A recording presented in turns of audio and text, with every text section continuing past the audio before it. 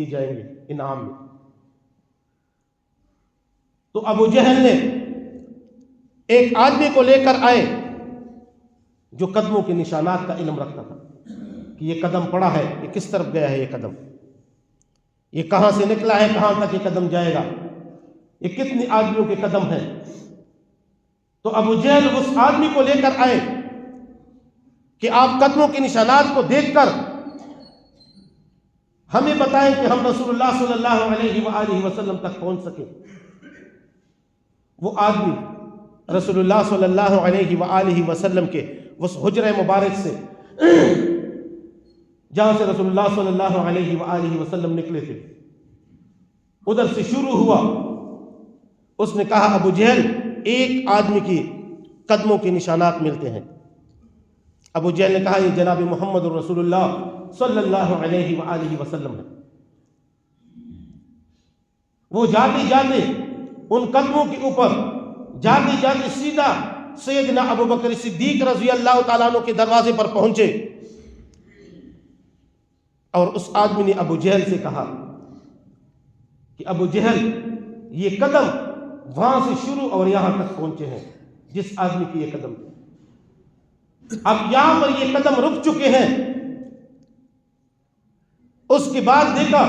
تو دو آدمیوں کے قدم چل رہے ہیں۔ تو اس آدمی نے کہا ابو جہل سے کہ ابو جہل اب قدم دو آدمیوں کے ہیں، ایک کی نہیں ہے، پہلے ایک کی تھی اور اب جو ہے نا دو آدمیوں کے قدم ہیں۔ ابو جہل نے کہا ٹھیک ہے، مجھے پتا ہے یہ پہلے والے قدم رسول اللہ صلی اللہ علیہ وآلہ وسلم کے تھے، اب جو دوسرا آدمی ساتھ میں ہے یہ سیدنا ابو بکر صدیق رضی اللہ تعالیٰ عنہ۔ ان قدموں کے نشانات پر چلتے چلتے کافی سفر کیا، ایک پہاڑی پر پہنچے، جو اونچائی کے اوپر ایک پہاڑی تھی۔ جب اس مقام پر پہنچے تو اس آدمی نے اپنے سر کو دونوں ہاتھوں سے پکڑ کر کہا ابو جہل یہاں پر میرا علم کام چھوڑ گیا، اس لیے کہ یہاں تک دو آدمیوں کے قدم آ رہے تھے، اور جب میں یہاں پر پہنچا ہوں تو اب جو ہے نا قدم جو ہے نا آگے جو جا رہے ہیں وہ ایک آدمی کی ہے۔ میں نے دائیں بھی دیکھا، میں نے بائیں بھی دیکھا، میں پیچھے بھی مڑا، لیکن کس طرف اس آدمی کے قدم نظر نہیں آ رہے دوسرے کے، لیکن یہ ایک ہی آدمی کے قدم ہے۔ میں حیران ہوں اس بات کے اوپر کہ اس آدمی کو یہاں پر آسمان نے نگل دیا، کیا ہو گیا؟ پیچھے بھی نہیں گیا، قدم نہیں ہے، دائیں بھی نہیں مڑا، قدم نہیں ہے، بائیں بھی نہیں مڑا، قدم نہیں ہے، آگے بھی نہیں گیا، قدم ایک آدمی کے ہیں، دوسرا نہیں ہے۔ تو لہذا یہاں پر جو قدموں کا علم تھا میرے پاس وہ کام چھوڑ گیا۔ ابو جہل نے کہا کہ آپ کے علم نے تو کام چھوڑ دیا، لیکن یہاں سے میرے علم نے کام شروع کر دیا۔ آپ صرف ایک بات مجھے بتا دیں کہ یہ جو آگے قدم جا رہے ہیں یہ جو رسول اللہ صلی اللہ علیہ وآلہ وسلم کے گھر سے نکلے تھے وہ قدم ہیں، یا جو ابو بکر صدیق رضی اللہ تعالیٰ عنہ کے گھر سے نکلے ہیں وہ قدم ہیں؟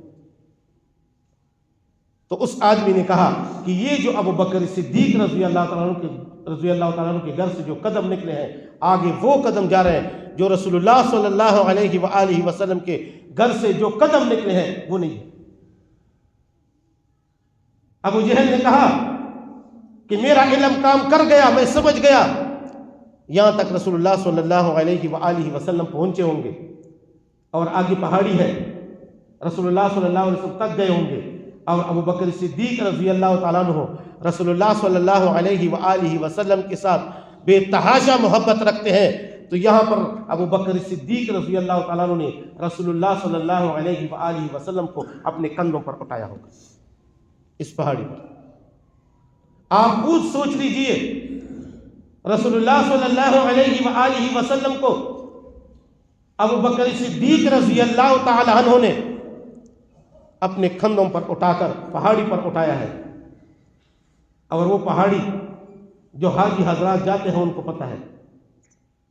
اس پہاڑی کے اوپر اکیلے چڑھنا کتنا مشکل ہے، اور پھر رسول اللہ صلی اللہ علیہ وآلہ وسلم کو جس کا نبوت کا وزن ہے، نبوت کا بوجھ ہے، کسی نے بھی نہیں اٹھایا ماں سوائے ابو بکر صدیق رضی اللہ تعالیٰ عنہ۔ اور میں نے عرض کیا کہ اس محبت کی گواہی ابو جہل نے دی۔ ابو جہل بھی اس بات کو مانتا تھا کہ سب سے زیادہ محبت رسول اللہ صلی اللہ علیہ وآلہ وسلم کے ساتھ سیدنا ابو بکر صدیق رضی اللہ تعالیٰ عنہ۔ آخری بات